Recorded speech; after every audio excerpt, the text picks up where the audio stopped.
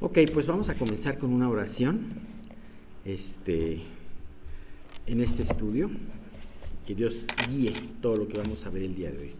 Señor, te damos muchas gracias porque podemos estar reunidos para escuchar tu palabra. Gracias porque pues este domingo, Señor, nos das salud, nos das vida y nos das el modo, Dios, para poder venir aquí. Gracias por estas instalaciones que nos acogen, porque por la provisión que tú das, Señor, mes con mes para poder alquilarlas, Señor. Y Padre, pues gracias sobre todo por las bendiciones y los cuidados que tienes para cada uno de nosotros en nuestras vidas. Señor, muchas veces estas bendiciones no las vemos, porque muchas veces vemos lo que nos falta, más no lo que tenemos. Es por eso queremos pedirte que tú traigas y permitas que tengamos un corazón humilde, un corazón receptivo, ante lo que Miguel va a comentar en el estudio, como también lo que voy a compartir en el Salmo. Y Dios, para que tú puedas moverte con tu Espíritu, Señor, libremente a través de nuestras vidas y en esta reunión. Te queremos pedir también por los que no han podido venir y se estén conectando remotamente, para que la conexión no falle, para que ellos a su vez, que nosotros podamos ser bendecidos y edificados a través de estas enseñanzas. Y todo esto te lo queremos pedir, Señor, en el nombre de tu Hijo Jesús. También te recordamos de una manera muy especial a Pati López de Nava. Te pedimos por su tratamiento, te pedimos, Dios, que tú le des fuerza para resistir, y conforme a tu voluntad, Dios, tú la puedas traer a una mayor fortaleza y Dios, una vida de bendición y de agradecimiento. Te pedimos también que pronto pueda venir Margarita también, y también asimismo por todos los que puedan estar enfermos con algún problema, alguna situación, tú puedas ayudarlos, consolarlos y tocar sus cuerpos, Dios, con tu mano poderosa. Todo esto te lo pedimos en el nombre de tu Hijo Jesús. Amén. Bien, muy bien. Vamos a ver ahora la parte final, si Dios nos lo permite. Y estamos viendo ya la segunda parte. Esta es la segunda parte de la segunda parte. Entonces, bueno, pues vimos que el tono de esta segunda parte cambia de ser una sola alabanza a Dios, de ser la alabanza a Dios de la que habíamos visto en la primera parte, a ser ya una petición. Y bueno, pues una situación central es en el versículo 5 de este salmo, en donde dice David: salva con tu diestra y responde. ¿Qué salmo?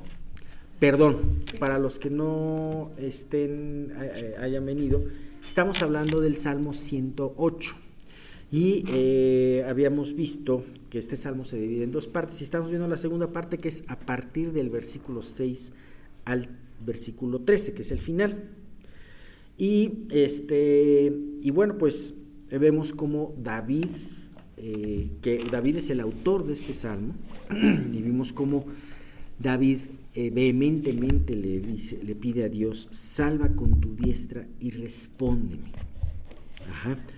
Y bueno, pues Dios permite que David lo escuche desde su cuartel general, vamos a decir, desde su santuario, vamos a poner el nombre de cuartel general, desde aquella torre de control de Dios, en donde Él define lo que va a pasar en la humanidad. Y entonces vemos cómo habla de varias cosas. Yo me alegraré, repartiré a Siquem, mediré el valle de Sucot. Mío es Galad, mío es Manasés, y Efraín es la fortaleza de mi cabeza. Judá es mi legislador. Moab la vasija para lavarme. Sobre Edom echaré mi calzado, y me regocijaré sobre Filistea. Y habíamos visto en estos últimos 3 versículos cómo David había escuchado a Dios planear lo que iba a suceder. A veces Dios tiene que hablar de esa manera para podernos alentar. Ciertamente el día de hoy no hemos escuchado la voz física de Dios, pero podemos escucharlo a través de su palabra, y muchas de esas enseñanzas que a veces podemos pasar inadvertidas, podemos pasar en alguna otra ocasión por ahí, de repente vemos que nos hablan.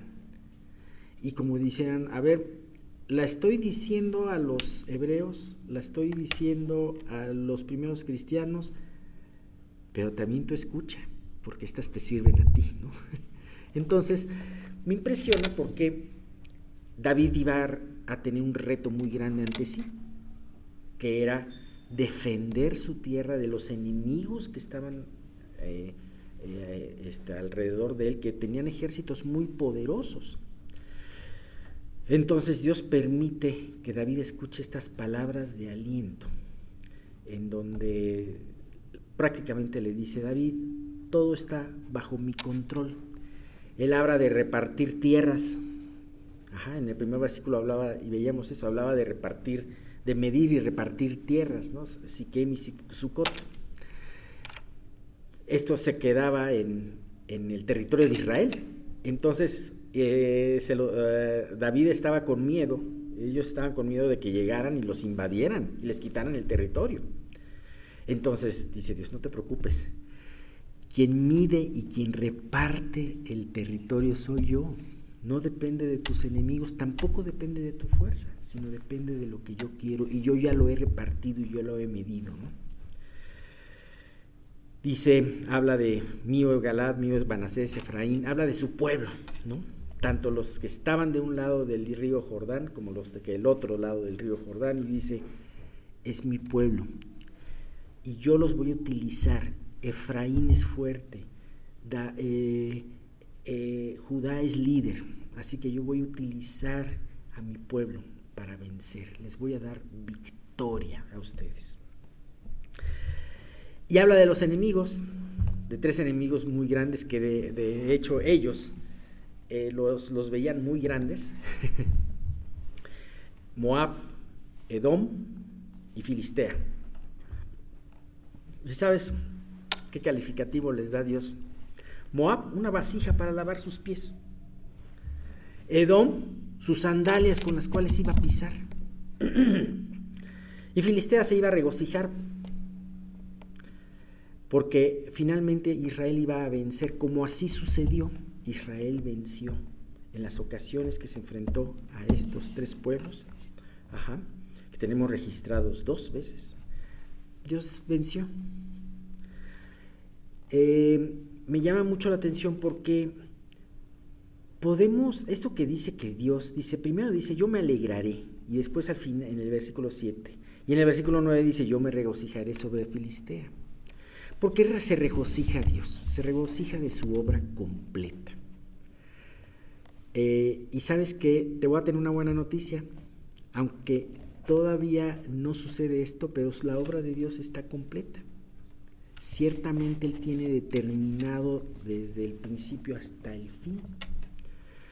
Y no son solamente buenas intenciones o proyectos. Estamos acostumbrados que los grandes jerarcas del mundo, los grandes líderes del mundo tengan proyectos, pero ¿sabes qué?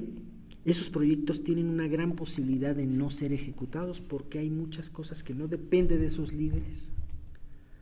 Por más poder que tengan, hay muchas cosas que no dependen de esos líderes por las cuales no se puedan ejecutar sus proyectos, ¿verdad? Estamos acostumbrados a eso, pero en el caso de Dios es muy distinto, porque cuando Dios dice algo, se cumple exactamente como Él lo pensó. Entonces Él se regocija. Así que nosotros podemos ver muchas cosas hoy, mucha incertidumbre, muchas fuerzas que se pelean unas contra las otras, pero no te preocupes, si ves más alto que ahí, te darás cuenta que Dios se alegra haciendo su voluntad y finalmente su voluntad será hecha.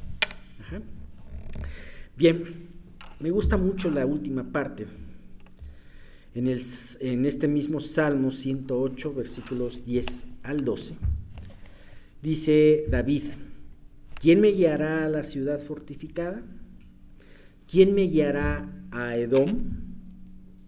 ¿No serás tú, oh Dios, que nos habías desechado y no salías, oh Dios, con nuestros ejércitos? Danos socorro contra el adversario, porque vana es la ayuda del hombre. David medita sobre todo lo que ha pasado, su alabanza, su petición, lo que escuchó de parte de Dios en el santuario, y entonces dice: ¿quién me va a guiar a la victoria? ¿Quién me guiará a poder caminar y tener victoria sobre retos que humanamente son imposibles para mí? Hay una parte muy importante en todo este fragmento, la conclusión a la que llega David. Aquí lo hace de una manera poética y lo hace a manera de pregunta. ¿Quién me guiará? Desde luego David sabía la respuesta. Ajá. Y fíjate que esta pregunta va muy al caso con lo último que dice, porque vana es la ayuda del hombre. ¿Quién me guiará a poder vencer a Edom, a entrar? Y especialmente, ya no se menciona Edom ni Filistea, pero ya no se menciona Moab ni Filistea, sino menciona Edom. ¿Quién me guiará a la ciudad fortificada? Conocemos hoy en día la ciudad fortificada de Edom, y esta ciudad es Petra. Ustedes han visto, o es muy probable que sea Petra. Y esta ciudad ustedes han visto, pueden inclusive ver de estos youtubers que les encanta hacer viajes y que a veces son muy interesantes esos programas, gente que ha visitado Petra y que te enseña cómo entra a Petra. Y a la hora de entrar a Petra, cómo está la ciudad, ¿no?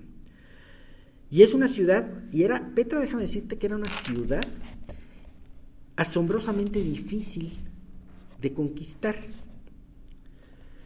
Petra tenía, dice, la ciudad amurallada. Realmente Petra tenía una muralla natural. Es más, no solamente tenía una muralla, sino la misma ciudad estaba labrada en la muralla. Muchas de las cosas estaban labradas en la muralla. Estaba enclavada en el monte y labrada en el monte. Para poder llegar a ella, y de hecho tú lo puedes ver en cualquier documental nuevo, se tiene que llegar a través de un estrecho, un desfiladero que tienes una pared de piedra y otra pared de piedra, y es un desfiladero muy angosto. Entonces era la única forma de poder accesar a Petra, y era muy fácil que cualquier ejército que se atreviera a pasar por ahí pudiese ser encerrado, ¿no? Estaba en un lugar muy vulnerable. Y bueno, gracias a Dios que ha permitido que esta ciudad se haya quedado aún en condiciones muy buenas de conservación, para poder entender a través de ella esta y otras tantas profecías de Dios, ¿no?, que escribió a través de esa, ¿no? Así que para conseguir conquistar Petra y para conquistar a Edom, era un reto realmente imposible de alcanzar para el propio David. Por eso dirige sus ojos y dirige su oración para con Dios, el único que podía llevarlo a la victoria. Ahora, este reto suponía una dificultad mayor. No solamente era creer en Dios, sino, si tú te fijas, dice, cuando él se dice, ¿quién me guiará hasta Edom? Dice, ¿no serás tú, oh Dios, que nos habías desechado y no salías, oh Dios, con nuestros ejércitos? Fíjate, aquí habla algo que no tenemos ciertamente un registro anterior. ¿Qué pasó durante fue el reinado de David? O a lo mejor habló del reinado de Saúl. No lo sabemos a ciencia cierta, pero decía, ¿no serás tú quien nos guíe, quien anteriormente nos había desechado? ¿Sabes? Cuando tú acabas de salir, una disciplina de Dios es a veces dejarte solo a tus consecuencias. Cuando tú te apartas de Dios, Dios se aparta de ti. Ok, perfecto. ¿No quieres depender de mí? Hazlo tú solo y atenta a las consecuencias. Y entonces, Israel durante muchos años se había apartado de Dios y había seguido sus ídolos. Y entonces, y había confiado mejor en vez de Dios, había confiado en Egipto o había confiado en otros reinos. Entonces Dios se hizo a un lado. Ok, enfréntalos tú solo. Los dejó solos en la batalla. Y esta era una disciplina. En este sentido, David pues está en una situación en donde ya alaba a Dios y va a presentar una situación difícil. Y sabes que él tiene que confiar que Dios lo ha perdonado y que efectivamente Dios lo va a acompañar. Cuando por alguna razón tu relación con Dios se ve lastimada y tienes que y te arrepientes, tienes que confiar completamente. Es muy importante eso, de que Dios te va a seguir respondiendo y que Dios sigue teniendo el mismo cuidado en tu vida. Ahora, Dios constantemente prueba nuestra fe. Y en ocasiones nuestra incredulidad se puede manifestar de dos maneras. A veces nuestra incredulidad hacia las cosas de Dios se manifiesta a través de dudar de su poder o de dudar de que su poder sea suficiente. Les voy a poner un ejemplo. Segunda de Reyes 7:2. El pueblo de Israel, la ciudad, muchos años después de este salmo, la ciudad de Samaria cayó en un sitio por los sirios. Y entonces no había comida. Cualquier porción de comida era carísima.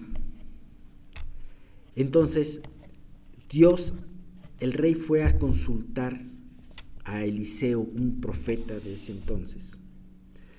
Y fue con un ayudante. Con su séquito tenía un ayudante sobre el cual reposaba su brazo. Y entonces, cuando fueron a consultar a Eliseo dijo: el día de mañana la comida va a estar súper barata.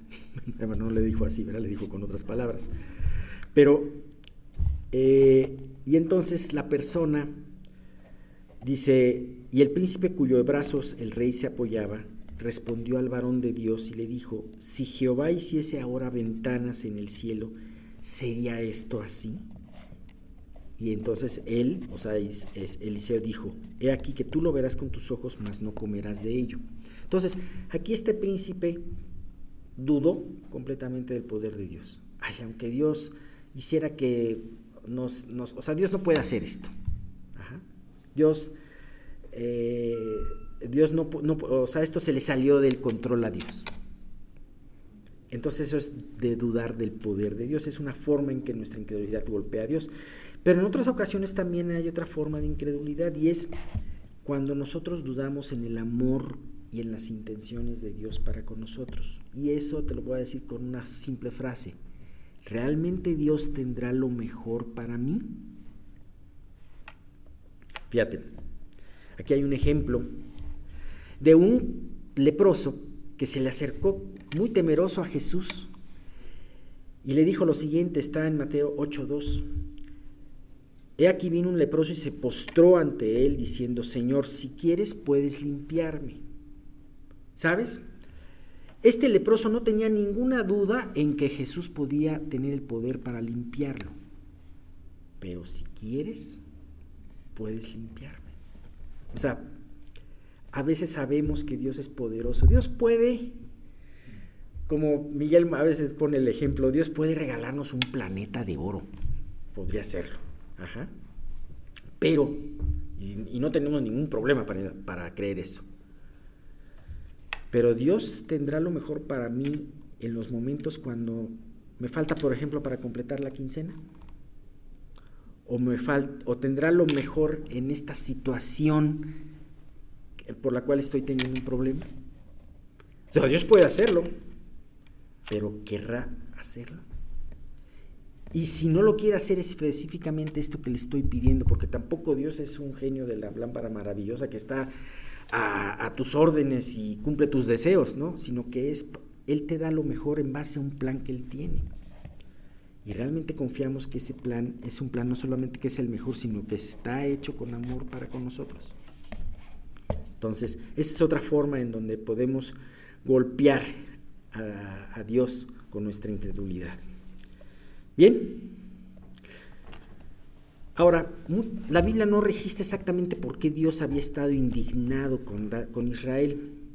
Sin embargo, muchas veces la indignación de Dios para con su pueblo se debía a que ellos dejaban de poner sus ojos en Dios. Y entonces, al dejarlos de poner en Dios, lo empezaban a poner en sus ídolos y en el hombre.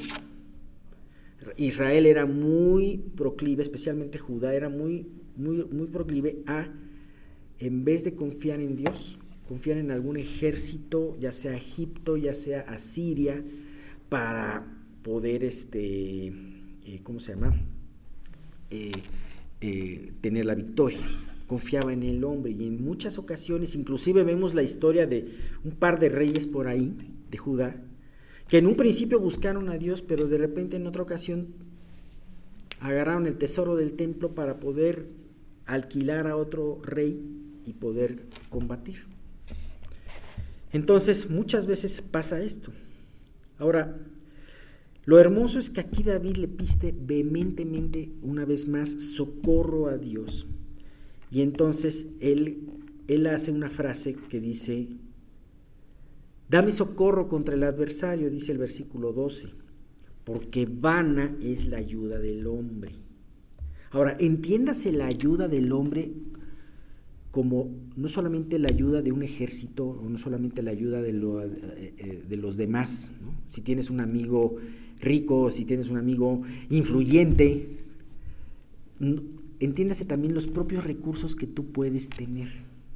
El hombre incluye también tú mismo, ¿no? Vana es, así como la ayuda de cualquier recurso que pueda tener fuera de mí, es que sea recurso humano, también mi propio recurso humano. Ajá. Y esto muchas veces es lo más sutil que nos pasa en nuestra vida.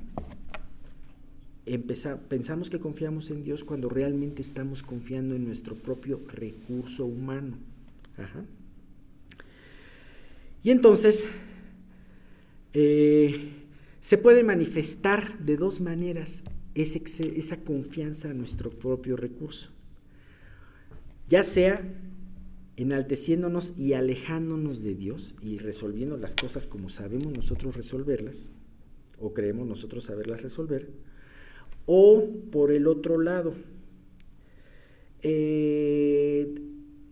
tirarnos a la pusilanimidad y decir, como confiamos en nuestros recursos y vemos que no tenemos recursos, entonces decimos, pues ya estamos perdidos, ¿no? Y entonces de las dos maneras dejamos de ver a Dios. Moisés tuvo que aprender esto, y él nos puede enseñar mucho acerca de esto. Dice Éxodo 4, del 13 al 14, cuando Dios estaba cuando Dios estaba llamando a Moisés para liberar a Israel. Y fíjate que lo que pasó con la vida de Moisés: a los 40 años Moisés sintió un cargo por sus hermanos y quiso liberar a Israel, empezar a liberar a Israel, pero lo hizo con sus propias fuerzas y mató a un egipcio. Esto le costó tener que estar en el exilio 40 años. Y a los 80 años, pasaba todo lo contrario. Dios lo mandó y dijo, no, pero es que no, yo no la voy a hacer. Y le dijo 3 veces o más.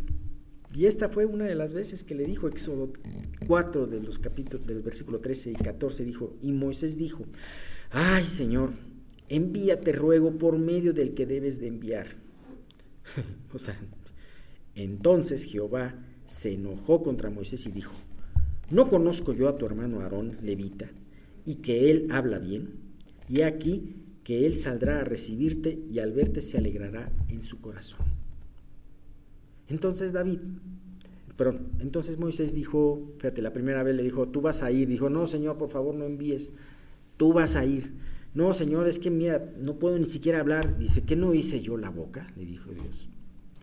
Y en la tercera que le dice, se enoja Dios contra Moisés y le dijo, bueno, ahí tienes a tu hermano Aarón, ¿no? Definitivamente, Moisés tuvo que aprender mucho, tenía que seguir aprendiendo mucho del poder de Dios. Así que esta enseñanza es un muy buen termómetro para que nosotros descubramos qué tanto hemos confiado en el hombre, incluyendo nosotros. Y cuando confiamos en el hombre, sabemos que Dios lo hacemos a un lado. Por último, un versículo hermoso que dice, en Dios haremos proezas y Él hollará a nuestros enemigos. Finalmente, después de todo, David termina con una conclusión muy hermosa: en Dios haremos proezas, haremos grandes hazañas, venceremos retos imposibles para nosotros. Podemos tomar la fortaleza de Edom. Él hollará a nuestros enemigos. Aunque nos desechaste y nos dejaste solos ante nuestros grandes enemigos en tiempos pasados, pero ahora los podrás poner debajo de nuestros pies. La fórmula es sencilla en este salmo. ¿Confías en Dios y vences, o confías en los hombres y eres vencido? A pesar de la anterior disciplina que ellos habían recibido, David entendió la lección y ganó estas batallas, como lo podemos ver en la historia de Israel. Así que Israel y David, su rey, tenían que alabar a Dios, confiar en Él y salir a la batalla. Por eso hablamos que este es un salmo del guerrero. No va a decir que el guerrero se va a cruzar de brazos y no va a salir. Tampoco va a hablar de un guerrero pusilánime. La Biblia te prohibía salir a la guerra y reenrolarte en el ejército si eras un pusilánime. Pero aquí te habla de alguien más bien que prepara su corazón en oración y en alabanza y está listo y dispuesto para salir a la batalla a favor de su Señor. Por último, comparto el Hebreos 12 del 1 al 3, dice: Por tanto, nosotros también, teniendo en derredor nuestro tan grande nube de testigos, despojémonos de todo peso y del pecado que nos asedia y corramos con paciencia la carrera que tenemos por delante, puestos los ojos en Jesús, el autor y consumador de la fe, el cual, por el gozo puesto de delante de él, sufrió la cruz, menospreciando el oprobio, y se sentó a la diestra del trono de Dios. Considerad a aquel que sufrió tal contradicción de pecadores contra sí mismo, para que vuestro ánimo no se canse hasta desmayar. Tenemos una gran nube de testigos, tenemos muchas vidas que podemos leer, podemos meditar, vidas dentro de la Biblia y aún vidas de misioneros y gente de Dios, no diferentes a nosotros, sino muy parecidos. Así que meditemos, tenemos grande nube de testigos y consideremos al que es verdaderamente el autor y el consumador de nuestra fe, al mismo Jesús que venció. Bien, pues solo recordando que la vez pasada vimos algo muy importante respecto a el libro de los Efesios. Recuerden, estamos estudiando los dones espirituales. Efesios es el último libro que los menciona ampliamente. Ya los vimos en el libro de Romanos, capítulo 12, 1 Corintios, capítulo 12, 13 y 14, y ahora en Efesios, capítulo 4. Y solo para recordar, este último pasaje que vimos es que ya no andemos como vivíamos antes, como los gentiles, los que no conocen a Dios, en la vanidad de la mente, ajenos de la vida de Dios. Esa parte es muy importante porque aquí, cuando las personas viven así, pierden la sensibilidad y viven en la impureza en sus corazones. Razón por la cual siempre nuestro ejemplo va a ser el pueblo de Israel, porque ellos experimentaron muchas cosas, tuvieron muchas experiencias que se nos dejaron a nosotros como un ejemplo para nuestra vida cristiana. Y Dios, así como hoy se mencionó en el Salmo, siempre ha estado a favor e insistiendo. En el caso de Israel, que se consagre a nosotros, siempre nos está diciendo su voluntad. Llega el momento en que Él dice, esta persona ya no va a cambiar, y viene, en caso de un creyente, la disciplina o el juicio. Pero recuerden que Dios tiene paciencia, siempre la paciencia va por delante. Entonces, Dios, hablando del pueblo de Israel, se pregunta en el libro de Oseas, capítulo 6, versículo 4, esta es la Nueva Traducción Viviente, la versión: Oh Israel y Judá, ¿qué debo hacer con ustedes?, pregunta el Señor. Pues su amor se desvanece como la niebla de la mañana, y desaparece como el rocío del sol. De alguna manera, lamento de Dios es muy importante porque sabemos que Dios siempre ha estado a favor de su creación y tristemente su creación no ha respondido en su mayoría. Entonces, cuando Dios dice, ¿qué debo hacer?, les está diciendo que han perdido prácticamente su lealtad, han perdido la sustancia que les daba una vida a ellos y se ha convertido en tinieblas, en oscuridad para sus vidas. Entonces, había caído Israel en la hipocresía. Habían convertido todas las enseñanzas de Dios, los rituales, que tenían que ver con Dios, con la consagración y con el Mesías, y habían aparentado que los seguían, que estaban consagrados, pero realmente su corazón estaba lejos. Por eso Jesús dijo al pueblo de Israel, este pueblo de labios me honra, pero su corazón está lejos de mí, pues en vano me honran, enseñando como doctrinas mandamientos de hombres. Entonces, si nosotros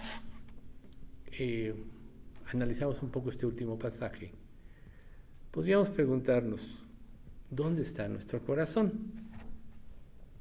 A mí siempre es útil y provechoso que nosotros tengamos cuestionamientos en nuestra vida, para que podamos tener la capacidad de aprender a vernos internamente para ver cuál es nuestra condición. Como seres humanos siempre tendemos a justificar nuestros hechos, y cuando justificamos, la evidencia es que no nos queremos arrepentir, sino que queremos seguir con la vida que tenemos, queremos seguir con la trayectoria que ya llevamos, y muchas veces no pensamos que esa trayectoria nos lleva a la destrucción. Le podemos profesar lealtad a Dios, pero realmente no la mostramos con nuestras acciones. Recuerden, es muy fácil hablar. Todo el mundo habla, todo el mundo dice, todo el mundo opina, todo el mundo tiene los mejores deseos. Pero a la hora de actuar, muy pocos viven o actúan conforme a lo que dicen o conforme a sus convicciones. Lo cual quiere decir que la mente humana de alguna manera está deteriorada. Entonces, para que nosotros podamos aprender a ser leales, siempre tenemos que primero ver qué es lo que se opone a hacer que hagamos la voluntad de Dios, y estando conscientes de alguna manera, tenemos que tomar, o mejor proceder a tener una renuncia. En el libro de Hechos, versículos 24 y 32 dice: pero de ninguna cosa hago caso, ni estimo preciosa mi vida para mí mismo, con tal de que acabe mi carrera con gozo y el ministerio que recibí del Señor Jesús, para dar testimonio del Evangelio de la gracia de Dios. Fíjense, aquí estaba la orden de prioridades de Pablo. No hago caso de lo que esté fuera de la Biblia, ni estimo mi vida preciosa. ¿Por qué? El que quiera salvar su vida la perderá, pero el que pierda su vida por causa de mí del Evangelio, la hallará, con tal de que acabe mi carrera con gozo. ¿Qué es acabar la carrera con gozo? Sino vivir conforme a la voluntad de Dios, ejercer el don que Dios te ha dado para el servicio para el cual te fue dado, para el servicio de la iglesia. Entonces Pablo más adelante, exhortando precisamente al pueblo del Señor, dice: y ahora, hermanos, os encomiendo a Dios y a la palabra de su gracia, que tiene poder para sobreedificaros y daros herencia con todos los santificados. O sea, es la palabra lo que nos va a sacar adelante, es la palabra lo que tiene el poder para hacer que seamos transformados. Recuerden que en el libro de Isaías dice: así será mi palabra que sale de mi boca, no volverá a mí vacía, sino que hará lo que yo quiero y será prosperada en aquello para que le envíe. Ese es el poder de la palabra de Dios. hace el efecto que Dios quiere que haga en nuestros corazones, pero nosotros tenemos que aprender a darle la reverencia necesaria, la que merece. Has engrandecido tu nombre y tu palabra por sobre todas las cosas. Por tanto, nada debe tener mayor autoridad en nuestra vida que su palabra, ni nuestro pensamiento, ni nuestras ideas, ni las corrientes filosóficas de este mundo, ni las costumbres, ni lo que todo el mundo hace. Entonces, deberíamos aprender, el objetivo de nuestra vida cristiana, una vez que somos salvos, debe ser, y es lógico, glorificar a aquel que nos salvó. Cuando nosotros usamos nuestros dones y nuestras habilidades espirituales, que prácticamente están en conjunto, es cuando nosotros podemos glorificar a Dios, para cuando los usamos como Dios nos indica que debemos usarlos. Recuerden, y ahorita lo vamos a estudiar un poco más profundo, siempre nuestro criterio va a tratar de interponerse, pero cuando nosotros los usamos correctamente, las personas a quienes les servimos van a poder ver a Cristo a través de nosotros. Recuerden, si tú no vives la vida cristiana como Dios la pide, quiere que la vivas, estás profesando un falso Cristo, que va a traer confusión a las personas que tú, en tu deseo, quizá quieras que vengan a Cristo. Si eres verdaderamente creyente, tú ya has aprendido a recibir los beneficios del amor de Dios en muchas áreas de tu vida. Y en el cristianismo, Dios nos da lo que nos da, no para que lo atesoremos y lo encerremos con un tesoro solo para nosotros, sino que siempre nos lleva a compartir, porque nos hace comprender que más bienaventurado es dar que recibir, que dar es lo que te enriquece, no tanto que tú atesores, guardes para ti, lo cual se va a enmohecer.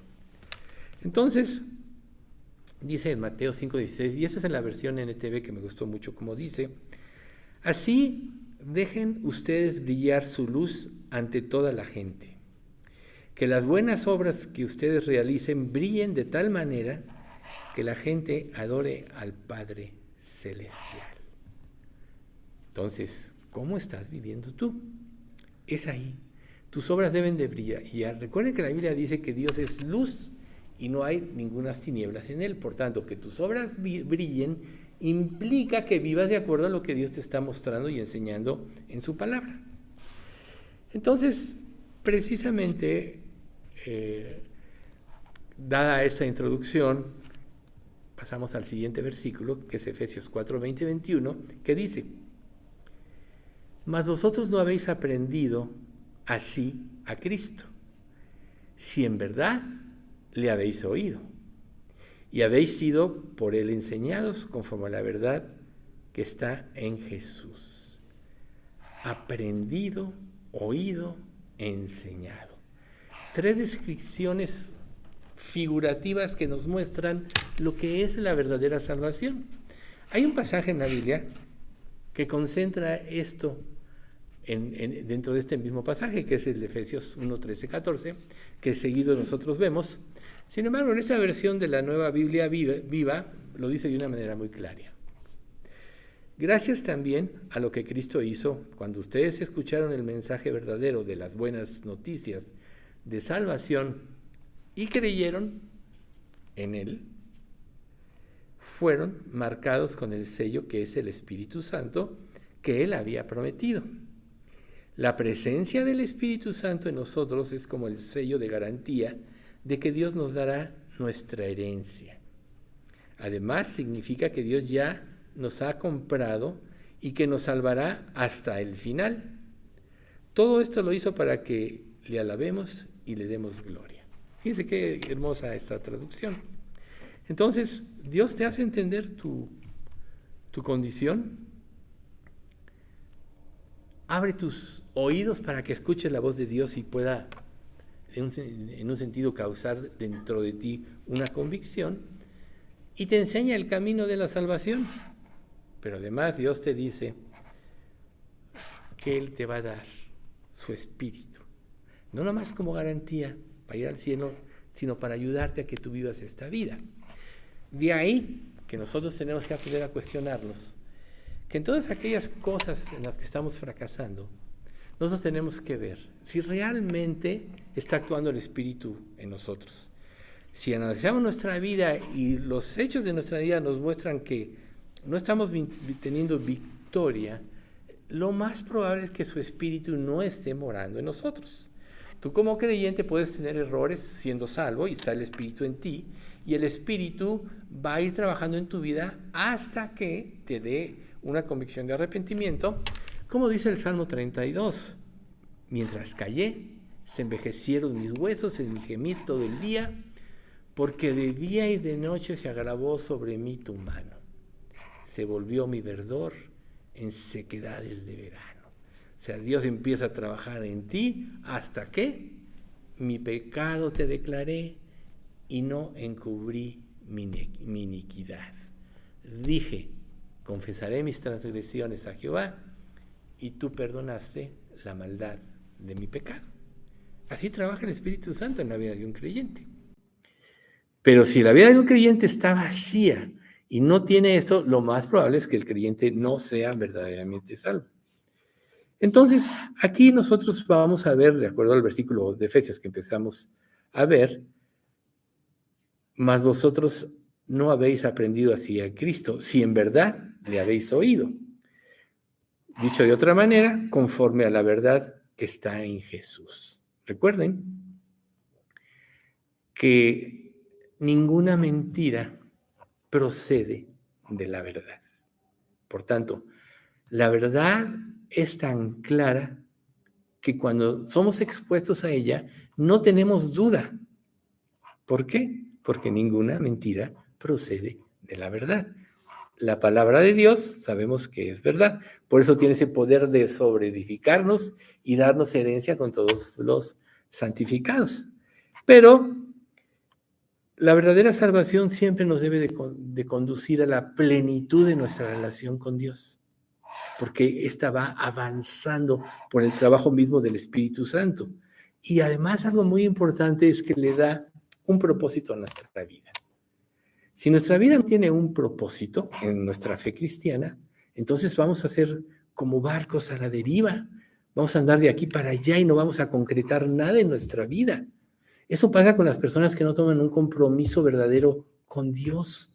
O sea, por ejemplo, ser parte de una iglesia no es venir aquí cada domingo y sentarse y ocupar una silla, escuchar los mensajes y conmoverse de algunos de ellos. Ser miembro de es participar de.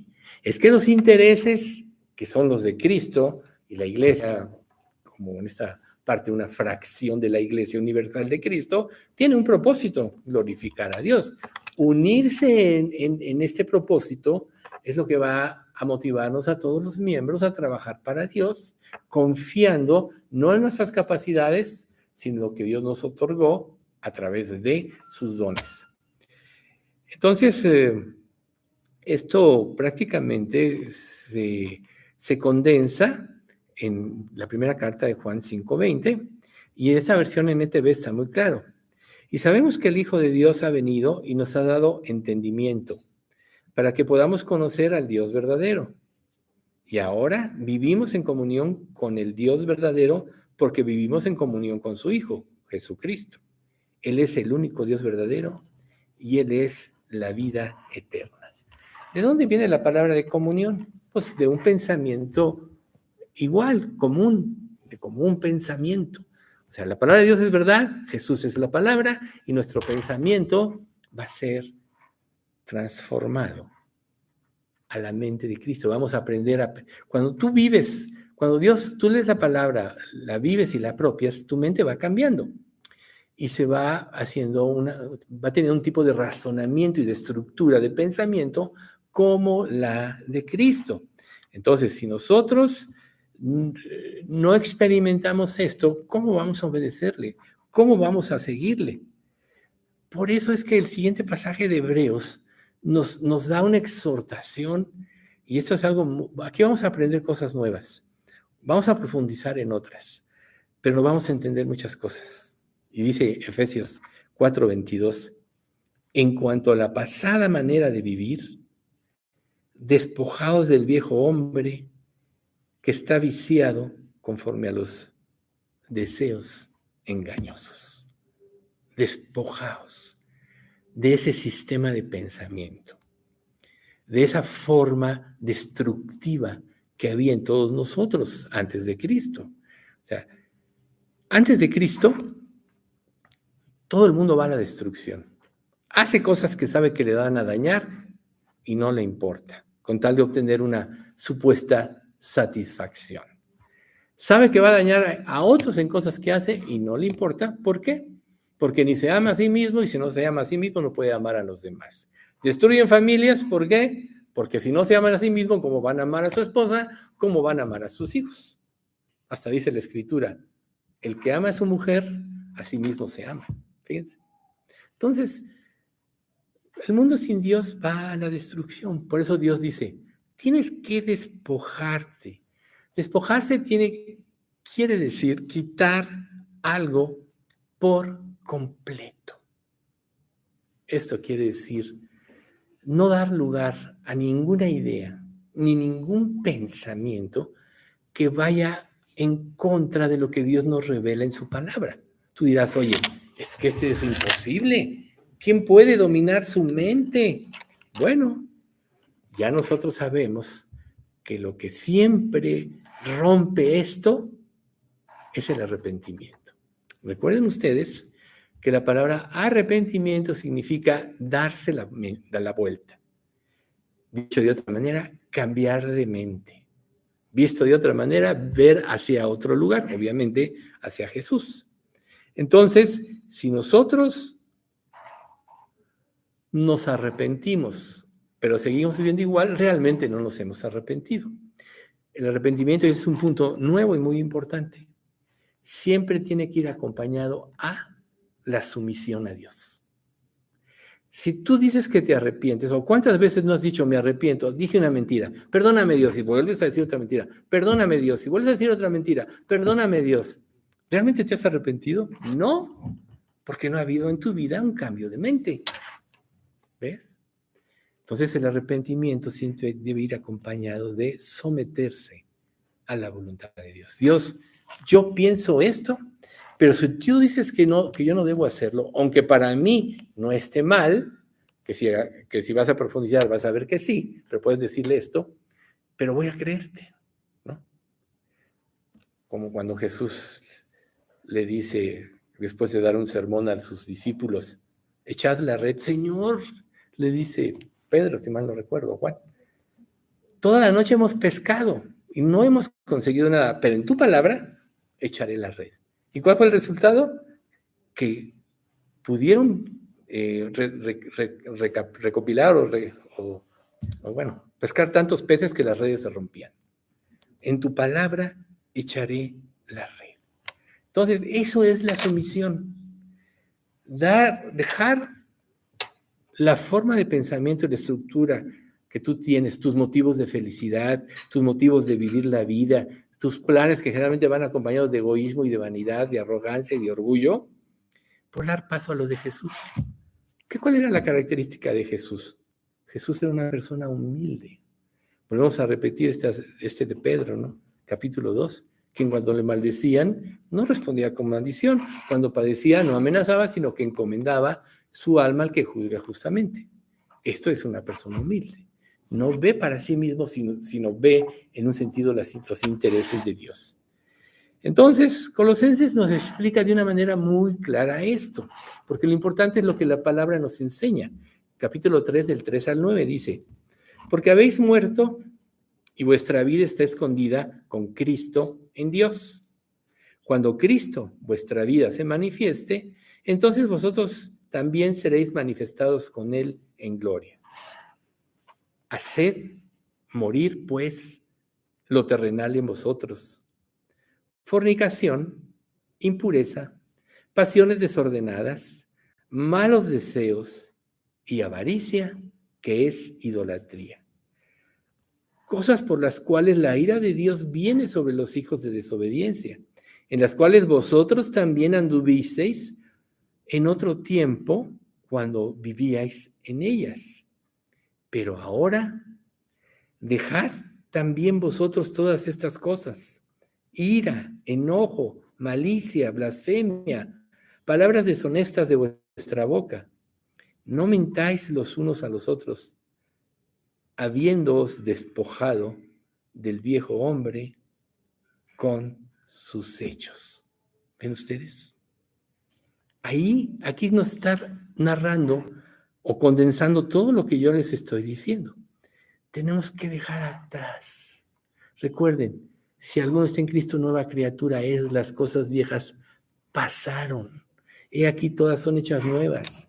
La capacidad de un creyente de dejar las cosas atrás es total si depende totalmente del Espíritu Santo. La transformación del ser humano nunca va a estar dado por su propia fuerza o por su voluntad o por su deseo que sea, porque nosotros ya estamos fracasados ante el pecado. La victoria está en Cristo. Por eso Pablo en 1 Corintios 3 dice, a fin de conocerle y el poder de su resurrección y la participación de sus padecimientos, llegando a ser semejante a él en su muerte. Aquí lo importante es el poder de su resurrección. La participación de sus padecimientos es la capacidad de aprender a morir, a cambiar tu perspectiva de la vida y de las cosas por la de Dios. Pero en el poder de la resurrección es donde está la victoria del creyente. Entonces, nosotros tenemos que deshacernos de toda práctica que no honre a Dios. No puedo, Señor, sé que está mal, perdóname, cambia mi mente, cambia mi corazón, ¿sí? Precisamente por eso Pablo los exhorta, según leímos ahorita en Hechos 20, a mantenerse en la palabra. Os encomiendo a Dios y a la palabra de su gracia, que tiene poder para sobreedificaros. ¿Qué quiere decir? Poner el fundamento correcto en nuestras vidas, en cada pensamiento, desechar todo lo turbio. ¿Por qué? Porque si nosotros no lo hacemos esto, no hemos hecho realmente un compromiso con Dios y no somos fieles. La salvación realmente, aunque le pertenece a Dios al 100%, en nosotros implica un compromiso con Dios. Primero, nuestra vida ya no nos pertenece. Y después, voy a vivir para ti. Tanto hiciste por mí que lo menos que yo puedo hacer en gratitud es hacer todo por ti. ¿Qué tan grande es tu gratitud por Cristo? Tan grande es como es tu consagración. Así de simple. No hay consagración, no hay gratitud, no has entendido. Pero mientras más entiendas lo que representa la cruz y de lo que te libró, más consagración vas a tener. Y es aquí precisamente donde nosotros tocamos, y esta parte la verdad me gustó mucho, que es la del viejo hombre. Nosotros sabemos, ahorita lo vamos a leer, que este viejo hombre, en un sentido, al momento de la conversión, quedó sepultado. Eso te lo dice el capítulo 6 de Romanos. Dice, ¿qué pues diremos? ¿Perseveraremos en el pecado para que la gracia abunde? En ninguna manera, porque los que hemos muerto al pecado, ¿cómo viviremos aún en él? ¿O no sabéis que todos los que hemos sido bautizados en Cristo Jesús, hemos sido bautizados en su muerte? Porque somos sepultados juntamente con él para muerte por el bautismo, a fin de que como Cristo resucitó de los muertos por la gloria del Padre, así también nosotros andemos en vida nueva. Porque si fuimos plantados juntamente con él en la semejanza de su muerte, también lo seremos en la de su resurrección. Sabiendo esto, que nuestro viejo hombre fue crucificado juntamente con él, para que el cuerpo del pecado sea destruido, a fin de que no sirvamos más al pecado. Porque el que ha muerto ha sido justificado del pecado, y si morimos con Cristo, creemos que también viviremos con él. ¿Cómo vas tú a destruir en tu vida toda aquella inercia de maldad sembrada durante toda tu vida. ¿Cómo la vas a destruir? Una de las cosas importantísimas aquí es que cuando nosotros nos convertimos, nos arrepentimos y creemos, Dios nos libera de la esclavitud al pecado. Antes de Cristo, ningún ser humano puede dejar de pecar porque es esclavo del pecado. Como dijo Jesús en Juan 8:34, de cierto os digo que todo aquel que hace pecado, esclavo es del pecado. Pero el 32 y el 36 nos dicen exactamente lo que pasa cuando realmente te conviertes y Dios te da esa libertad, que dice así: mas conoceréis la verdad y la verdad os hará libres. Ese es el 32. Y el 36 dice: así que si el Hijo os libertare, seréis verdaderamente libres. ¿Libertare de qué? De la esclavitud al pecado. Por eso es que un creyente sí puede vencer el pecado, por eso es que un creyente verdadero sí puede cambiar de esencia, por eso es que un creyente verdadero sí puede cambiar su mente, sí puede cambiar sus malos deseos, por ejemplo, que es una de las cosas que rige. ¿Por qué rige, por ejemplo, en una persona los malos deseos? Por la incapacidad de introyectar en sí mismos la naturaleza y la grandeza de su pecado y la proyecta hacia los demás. Dicho con un pasaje, Romanos capítulo 2, ¿por qué juzgas a otro? Sino lo que juzgas a otro te condenas a ti mismo, porque tú que juzgas, haces lo mismo. O sea que los malos pensamientos vienen de la incapacidad de enfrentar tu vida, y entonces, como no puedes hacerlo para ti mismo, lo proyectas en los demás.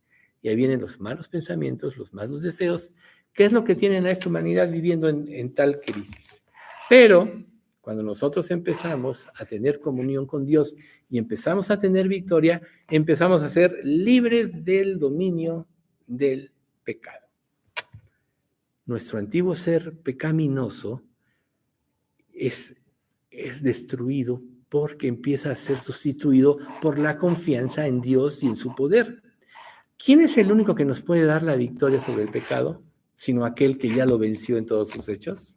Por eso Jesús dijo: yo soy el camino y la verdad y la vida.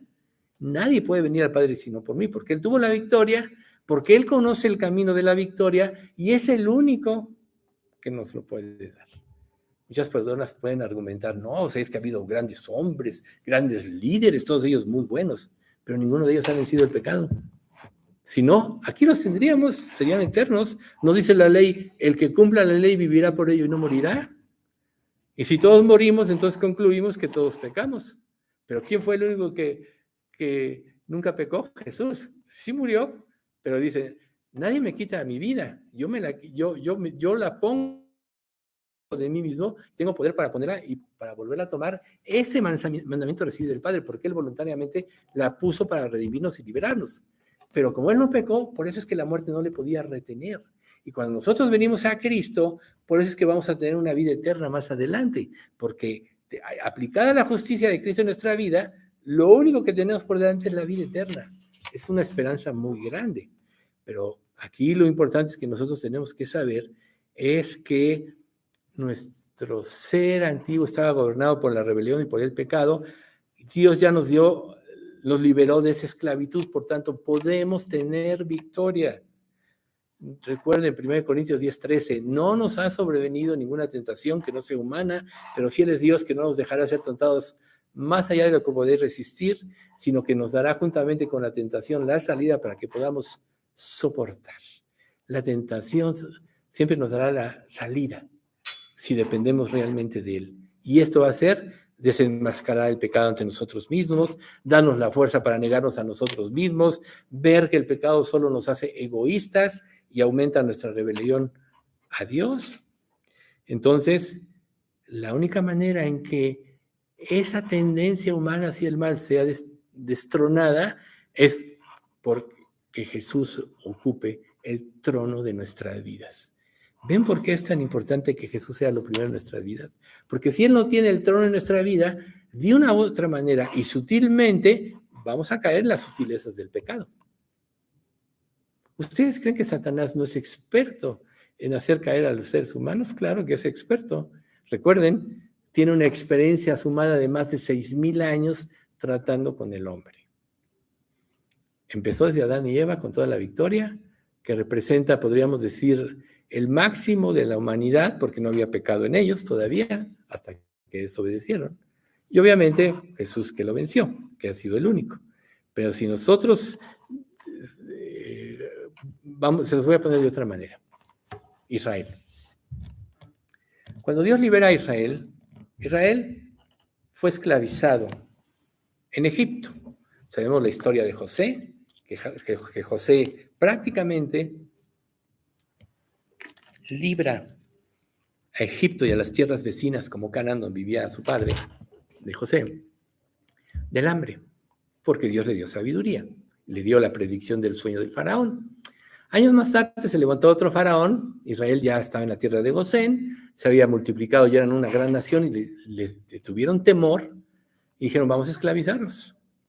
Egipto representa la vida de esclavitud al pecado. Cuando Dios los libera a través de las 10 plagas, con victoria que acaba con la muerte de los primogénitos, les dice, nunca, jamás vuelvas aquí. Y nosotros sabemos que más adelante nos muestra la historia, Israel no nada más se volvió en su corazón a Egipto, sino que se apoyó en él. Es como apoyarse en el hombre, maldito el hombre que confía en el hombre. No se apoyaron en Dios, por falta de fe, por falta de concientizar todos estos conceptos en su vida. Entonces, ahora vamos a aplicarlo a nuestra vida. Si Dios realmente te liberó de la esclavitud del pecado, ¿es lógico que tú te vuelvas a esclavizar? Claro que no. Porque nadie puede, o sea, lo que más te permite disfrutar de la vida y de todo lo que Dios te da es la libertad. Por eso Pablo decía, critica la libertad que tenemos los hijos de Dios. Critica nuestra libertad en Cristo. ¿Por qué? Porque Dios Él hizo la creación para que disfrutáramos de ella. El problema es que la humanidad le puso el pecado, o sea, le inyectó el pecado. Nadie puede disfrutar de la creación de Dios con el pecado. Por eso distorsionó todo lo que Dios había hecho, de lo que ya platicamos la vez pasada.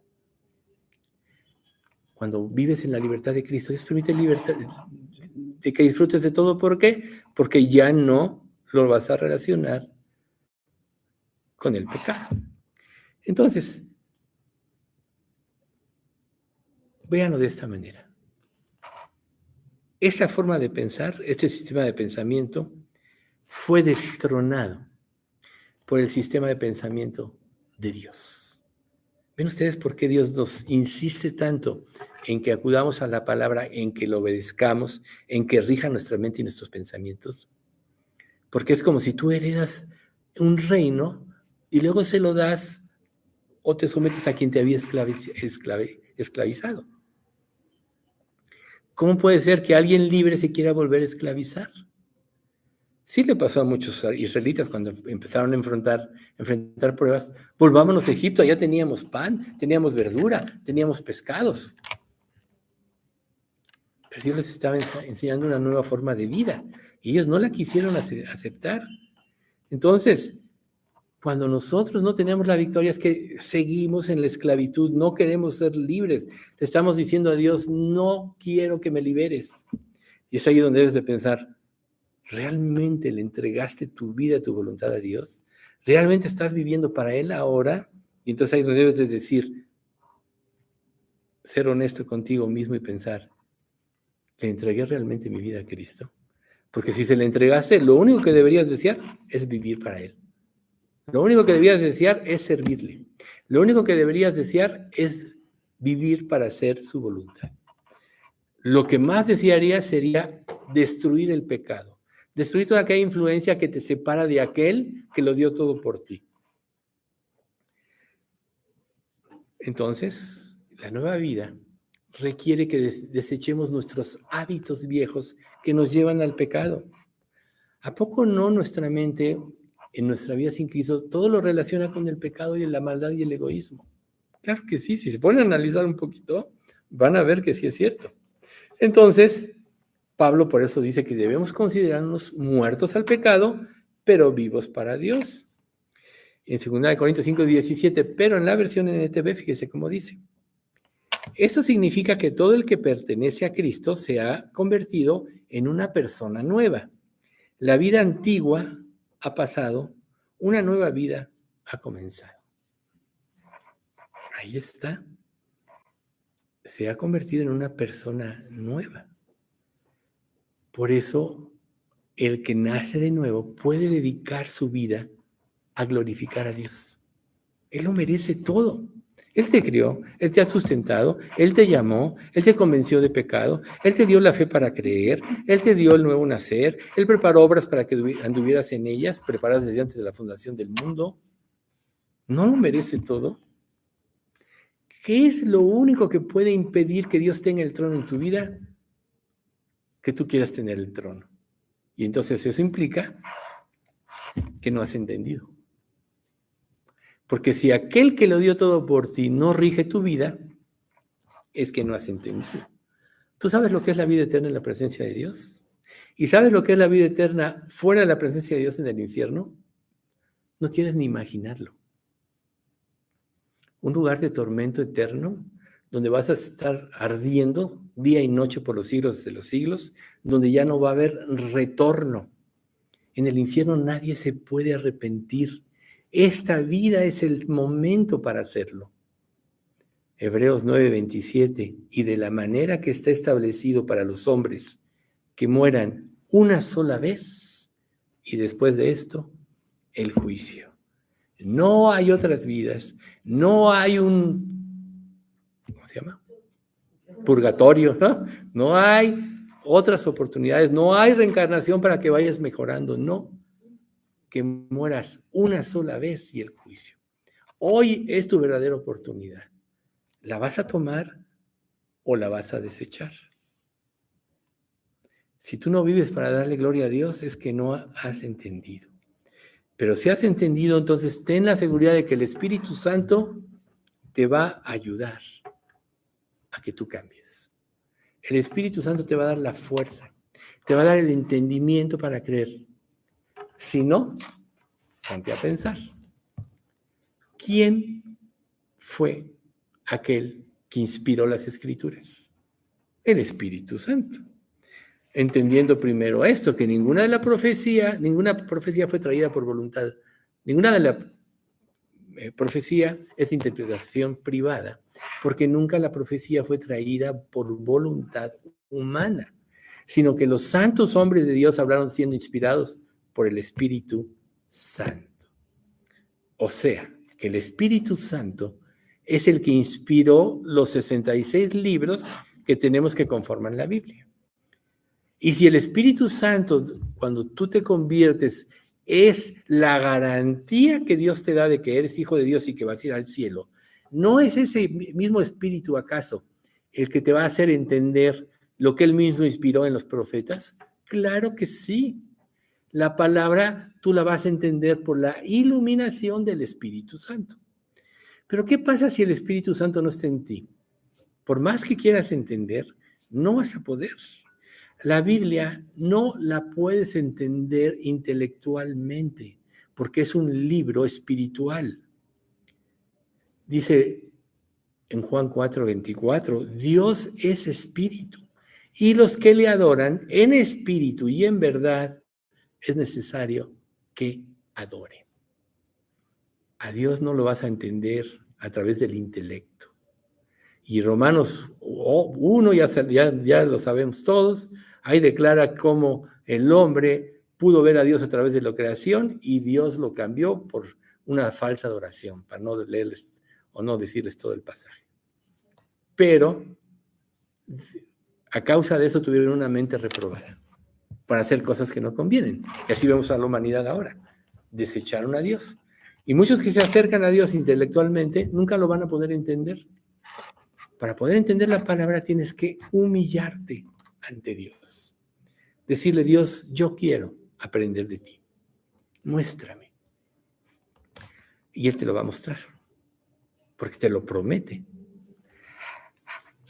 Mi mano hizo todas estas cosas y así todas estas cosas fueron. Pero miraré a aquel que es pobre y humilde de espíritu y que tiembla a mi Padre. Ahí está. Dios lo hizo todo, pero Él va a mirar a aquel que se humilla ante Él, aquel que le da reverencia a su Creador. A ese Dios le va a revelar. Entonces, ¿cómo tenemos que presentarnos ante Él? De esta manera. Y si tú ya te presentaste y ya naciste de nuevo y tienes el Espíritu Santo, ya no hay pretexto para que tengas la victoria, porque el poder de Dios está en ti. Y si está fallando algo en tu vida, entonces solo hay dos cuestiones. Una, o no eres salvo, o la otra, estás viviendo en rebeldía. Y Dios te da tiempo para arrepentimiento, si no viene el juicio o disciplina. Ningún creyente puede perder la salvación una vez que se da, pero sí puede ser disciplinado por Dios para que entienda, ya que en lo que tú patinas no entiendes, entonces Dios te tiene que ejercitar. ¿Por qué creen ustedes que las pruebas es lo que más duele? Porque tocan los puntos débiles de nuestra vida. Por eso te duelen las pruebas. Porque Dios te está ejercitando en tus áreas de debilidad, en tus áreas de rebeldía. Pero Dios está por ti si estás en Cristo. Por eso lo más importante es eso. O sea, si Dios es por nosotros, ¿quién contra nosotros? Él dijo y no hará. Entonces, al que no escatimó a su propio Hijo, sino que lo entregó por todos nosotros, ¿cómo no nos dará también con Él todas las cosas? Si ya todas las cosas te pertenecen, ¿por qué te preocupas? Dios ahorita está administrando tu vida para formar a Cristo en ti. El mayor tesoro que Dios puede darte es precisamente hacerte como Cristo. Bien, ahí le vamos a dejar por hoy. Ya la próxima vez va a ser renovados en el espíritu de vuestra mente. Pero será más adelante porque por la cercanía de la Semana Santa, el domingo que entra vamos a tener cena del Señor. Preparen sus corazones, por favor. Vamos a dar gracias. Padre bendito, te queremos alabar y bendecir en esta tarde y darte muchas gracias por todas las enseñanzas que nos das y sobre todo, Padre, porque nos vas permitiendo comprender de una manera más profunda la realidad de la realidad de la condición humana y cómo tú nos puedes liberar y dar la victoria en esto, Señor. Realmente anhelamos que nos des la victoria, anhelamos que tú rijas o guíes nuestra vida en todas las áreas, desde los pensamientos más íntimos y más profundos hasta nuestras acciones externas. Y te pedimos, Padre, que tú cumplas esa promesa en nosotros que hiciste en el momento en que te consagramos nuestra vida. Pero también te pedimos, Padre, que tú, a través de tu mismo Espíritu, si alguien realmente no te ha reconocido en estos términos, tú le des la claridad de pensamiento y la fuerza para hacerlo, ya que, Señor, el que escucha tu palabra tiene la oportunidad de salvarse y tú eres propicio a él si dispone su corazón. Señor, guarda nuestra iglesia, manténla en pureza y santidad. Te pedimos todo esto en nombre de Cristo Jesús. Amén. Bien. Vamos con los himnos.